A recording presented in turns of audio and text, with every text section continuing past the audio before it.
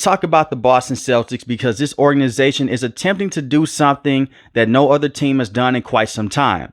The last time that we saw an organization win back-to-back championships in the NBA was in 2017 and 2018, and that was the Golden State Warriors with Kevin Durant. When I look at the Boston Celtics, they have a very special basketball team, even dating back to last season. When you look at the Boston Celtics, so many people were worried about them in the first round, even when Jimmy Butler was out, because this team has struggled against the Miami Heat in the past.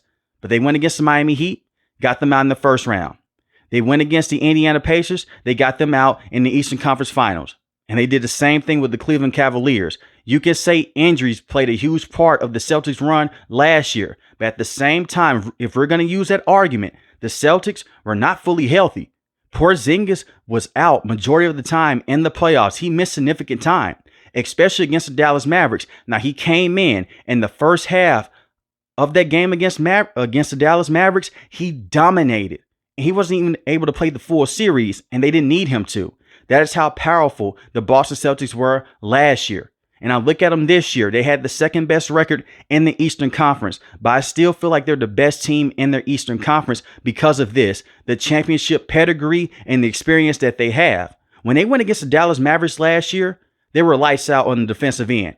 Kyrie Irving was doing his thing last year in the NBA playoffs in the Western Conference. Him and Luka had one of the best net ratings for an offensive backcourt in league history.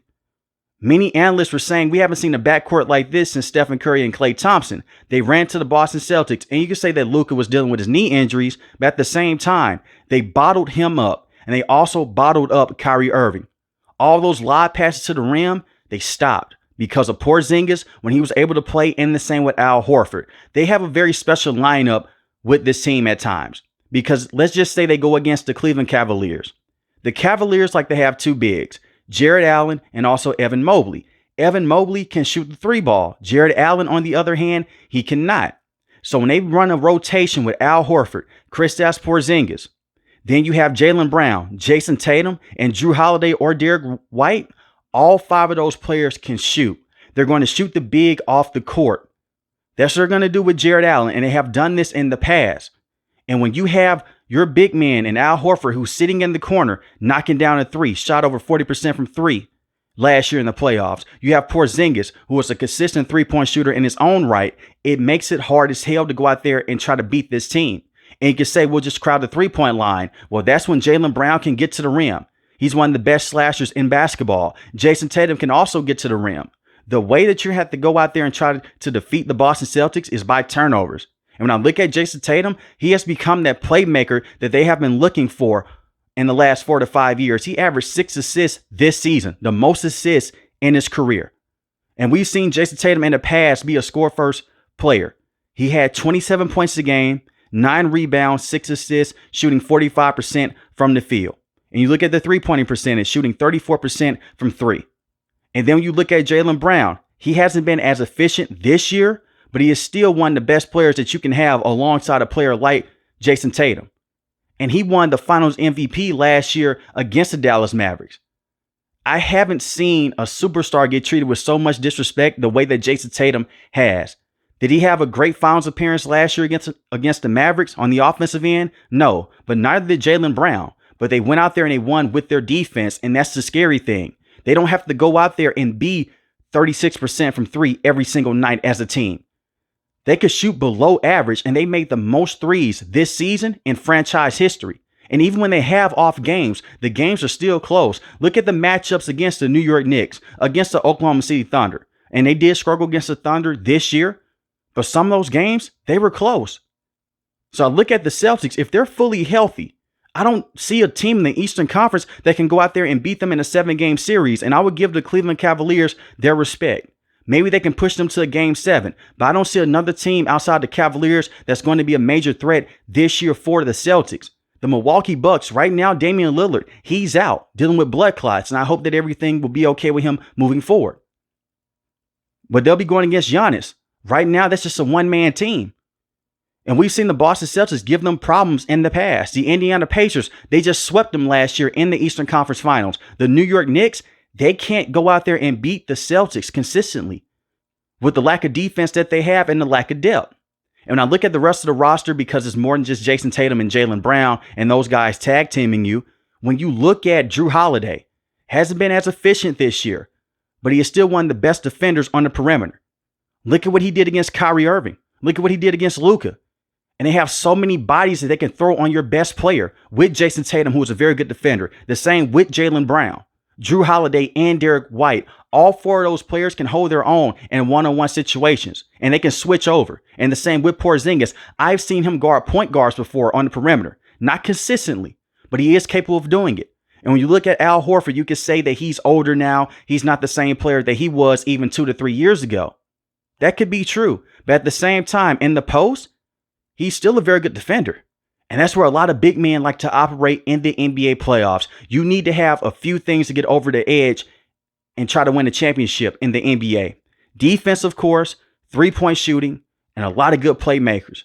And a bunch of defenders that can rotate and help you in pick and roll situations, especially if they're running double screens. If they match up against the Oklahoma City Thunder in the finals, they have the defensive players that can go out there and slow down Shea. And the same with Chet, because you have Porzingis. It just comes down to the health of Porzingis, because I am concerned about him.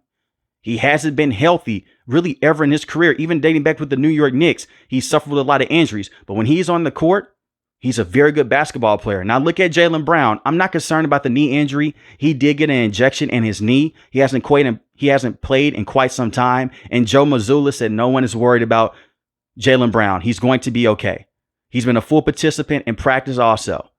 So I hear that and I look at that. I think that Jaylen Brown in the first round against the Magic, you don't even need him to go out there and play the entire game like have you seen in the past. Give majority of the load to Jayson Tatum. Because the one thing with the Orlando Magic, they can play great defense. They have the second best defensive net rating, but they're 27th in offensive net rating. When I look at the Celtics, they're top 10 in both offense and defense, and they had the veteranship. And I look at Peyton Pritchard coming off the bench. Now, on defense, he's a major liability. He will never be a good or even a solid defender in the playoffs. That's okay. But he can give you 20, 25 points off the bench while Jrue Holiday needs a breather, and the same with Derek White. And he's not going to be that floor general for you. That's why it's essential to keep Derek White on the floor with him or even Jrue Holiday. And I'm telling you right now, it's going to be so many times that we see in the playoffs this year, if they match up against a team like the New York Knicks or the Pistons, they will roll to the basket. You're going to have to go out there and try to help on Jayson Tatum, try to help on Jaylen Brown. They're going to kick it out. Kick it out to Al Horford for 3. Kick it out to Kristaps Porzingis for 3. You also look at the other players that they have. Sam Hauser, he can come in. He's a very good three-point shooter, and the same with Luke Cornett. Now, I don't see them going out there and playing a major role for the Celtics in big-time moments. But those are some of those bench players you look at. Going out there and getting you 10 to 15 points can really help you out if Jayson Tatum is having an off day, and the same with Jaylen Brown. Because even though I like both of these players, they've had some bad moments in the playoffs. Let's not forget that. We've seen Jayson Tatum go out there and have horrendous moments in terms of shooting and turning the basketball over. And the same with Jaylen Brown. But that's why you have Coach Mazzulla to go out there and put them in the best situations possible and to move the basketball around.